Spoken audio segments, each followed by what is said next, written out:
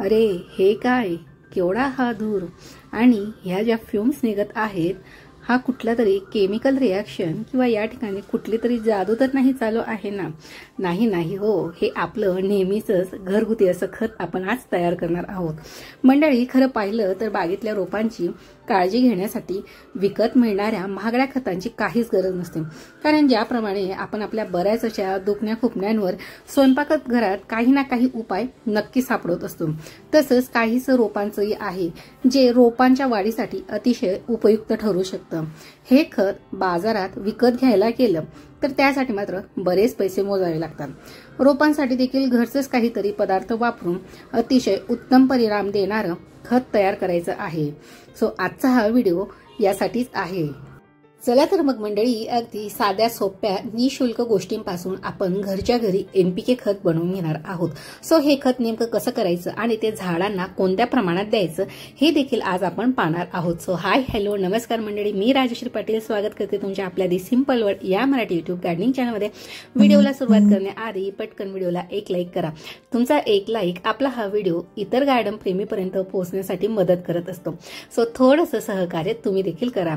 चला तर मग यासाठी आपण खत तयार करणार आहोत. यासाठी ज्या काही घरगुती वस्तू लागणार आहे त्यातील सर्वात प्रथम जी काही गोष्ट आहे ती म्हणजे खडू. मंडळी, या ठिकाणी हे मोगऱ्याचं मी झाड घेतलेलं आहे. बरेच दिवस झाले याला फुलं येणं बंद झालेलं आहे.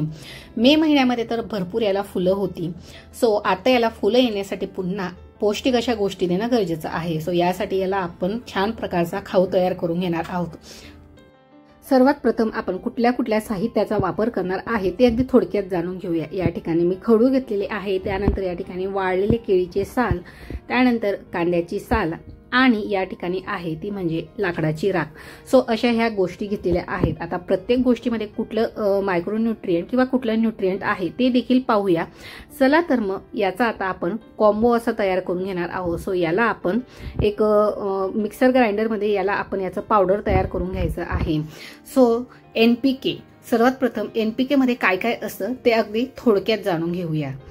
मंडळी, या ठिकाणी मी फर्टिलायझर तयार करता तुम्हाला NPK म्हणजे काय ते देखील सांगणार आहे. आणि प्रत्येक गोष्ट जी आहे म्हणजे नायट्रोजन असो, फॉस्फरस असो, पोटॅशियम असो, ते झाडावर कशा प्रकारे काम करतं ते देखील जाणून घेऊया. सर्वात प्रथम येतं ते म्हणजे नायट्रोजन, ज्याने पानांची वाढ तर होते, त्याचप्रमाणे हिरवटपणा देखील जो पानांमधला आहे तो वाढत असतो. त्यानंतर येत असतो फॉस्फरस म्हणजे स्पी, त्याने मुळे देखील बळकट होतात आणि फुलांची फळांची संख्या देखील वाढण्यास मदत होत असते. त्यानंतर येत असतं ते म्हणजे पोटॅशियम, त्याने झाडाचे संपूर्ण आरोग्य तर वाढत असतं, त्याचप्रमाणे इम्युनिटी पॉवर देखील वाढण्यास मदत होत असते. सो मंडळी, या ठिकाणी मी जी काही कांद्याची साल घेतलेली होती त्यामध्ये नायट्रोजन तर आहे आणि काही मायक्रोन्यूट्रिएंट देखील आहे. त्यानंतर ही जी काही केळ्याची साल आहे यामध्ये भरपूर असं पोटॅशियम आहे आणि थोडंसं असं फॉस्फरस आहे. याचा फायदा काय तर झाडांना फुलं फळं लागणं आणि झाडाची ताकद वाढवणं. त्यानंतर जी काही राख घेतलेली आहे, सो राखेमध्ये आहे पोटॅशियम, थोडं फॉस्फरस. सो याचा फायदा काय म्हणजे राखेचा फायदा काय, सो मातीचा pH तो बॅलन्स करत असतो, झाडांना बळकटी देतो.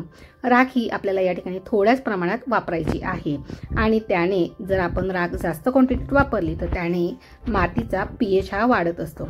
त्यानंतर सर्वात महत्त्वाचा घटक म्हणजे कॅल्शियम.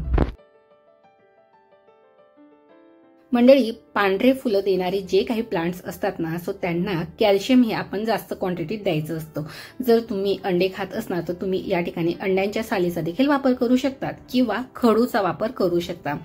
सो कॅल्शियमसाठी आपण जमिनीची आम्लता याने कमी करत असतो, पण मात्र फॉस्फरसच्या शोषणासाठी हा जो काही खडू आहे किंवा कॅल्शियम आहे ते या ठिकाणी उपयुक्त आहे. सो या ठिकाणी नायट्रोजन आपल्याला कमी पडत होता म्हणून मी नायट्रोजनसाठी चहापत्तीचा देखील वापर केलेला होता.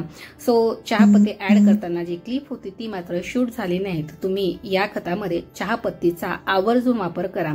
सो या ठिकाणी अशा प्रकारचं बॅलन्स असं NPK फर्टिलायझर तयार झालेलं आहे.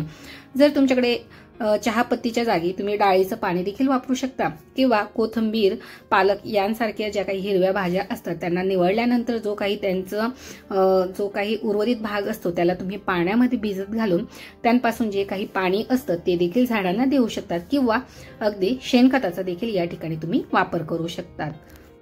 सो मंडळी, आपल्या घरात खडू तर आपल्याला मिळूनच जातो, ज्यामध्ये रोपांना कॅल्शियम क्लोराईड तर मिळत असते। त्यानंतर साधारणपणे 2 ते 3 चमचे चहा पावडर आणि ज्यामध्ये भरपूर प्रमाणामध्ये नायट्रोजन असतो। 8 ते 10 कांद्यांची साल किंवा 4-5 केळींची साल ही पूर्णपणे आचा वाळलेली असायला हवी।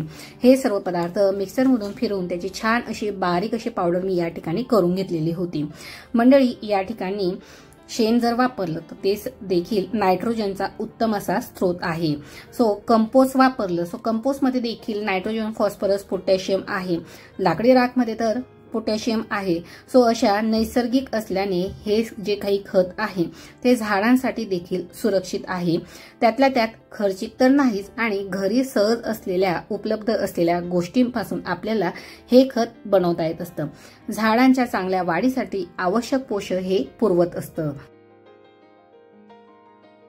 मंडळी, या खताचा वापर तुम्ही अगदी सॉलिड फॉर्म आणि लिक्विड फॉर्म दोन्ही प्रकारे करू शकतात। सो या ठिकाणी अगदी 1 ते 2 चमचे मी एका 10 ते 12 इंचच्या कुंडीसाठी टाकून घेतलेले होते।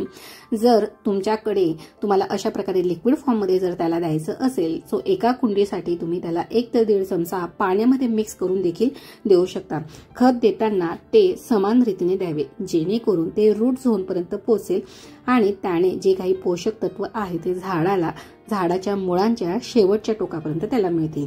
मंडळी, योग्य वेळी योग्य प्रमाणात खत घातलं की झाडांची वाढ ही अधिक जोमाने होत असते। पण मात्र ते खत आपण किती, कधी आणि कसं द्यायचं हे योग्य प्रमाण जर आपण ठरवलं तर त्याचा फायदा हा झाडांना देखील चांगल्या प्रकारे होत असतो। सो तुम्ही पाहू शकतात की अगदी पूर्ण पाणी मी न देता अगदी हाफ पोर्शन मधलं जे फर्टिलायझर होतं मी तेवढ्याच क्वांटिटीत दिलेलं आहे आणि तरी देखील कुंडीच्या बाहेर मात्र ड्रेनेज होलमधून पाणी आलेलं आहे। सो या ठिकाणी एवढ्याच क्वांटिटी मधलं जे काही लिक्विड फर्टिलायझर आहे ते मी या ठिकाणी देऊन घेतलेलं होतं। मंडळी, आपण रोज व्यवस्थित जेवतो तरी कधीतरी आहारात काही उणीवाया राहूनच जातात आणि म्हणूनच मग आपल्याला कधी टॉनिक तर कधी मल्टीव्हिटॅमिन घेण्याची देखील गरज पडत असते। असंच काहीसं झाडांचं देखील असतं, त्यांना देखील पाणी, ऊन व्यवस्थित मिळालं तरी बऱ्याचदा मातीतून जे पाहिजे ते जास्तीचं पोषण मिळत नाही। त्यामुळे मग त्यांना ठराविक कालावधीत अशा प्रकारे खत घालायचं असतं। सो मंडळी, अशा प्रकारे अगदी निःशुल्क अशा पद्धतीने तुम्ही देखील घरच्या घरी हे नैसर्गिक खत हा साधा सोपा उपाय नक्की करून बघा आणि तुमचा आलेला अनुभव खाली कमेंटमध्ये नक्की शेअर करा। घरच्या घरी हे नैसर्गिक खत हे पर्यावरणासाठीच नाही तर आपल्या आरोग्यासाठी देखील भरपूर असं फायदेशीर आहे। चला तर मग पटकन सुरुवात करूया। आणि हो मंडळी, आजचा हा व्हिडिओ दिलेली माहिती तुम्हाला थोडी जरी हेल्पफुल ठरली असेल तर मात्र व्हिडिओला एक लाईक आणि अजूनही तुम्ही जर चॅनलला सबस्क्राईब केलं नसेल तर मात्र पटकन सबस्क्राईब करून त्यासमोरील बेल आयकॉन प्रेस करून ऑलचा ऑप्शन सिलेक्ट करा, जेणेकरून येणाऱ्या लॉंग आणि शॉर्ट दोन्ही व्हिडिओ तुम्हाला माझे पाहता येतील। शॉर्ट व्हिडिओ थ्रू देखील मी छोट्या छोट्या गार्डनिंगच्या टिप्स तुमच्यापर्यंत पोहोचवत असते। चला तर मग मंडळी, ज्या काही होममेड रेमेडीज किंवा जे काही फर्टिलायझर मी झाडांना देत असते त्याचा जो रिझल्ट आहे तो अशा प्रकारे छान फुलांच्या स्वरूपात मला नेहमीच मिळत असतो आणि तुम्हाला हा रिझल्ट पाहिजे असेल तर मात्र तुम्ही देखील या गोष्टींना सुरुवात करा। त्यासाठी मात्र तुम्हाला चॅनलला सबस्क्राईब करावं लागणार आहे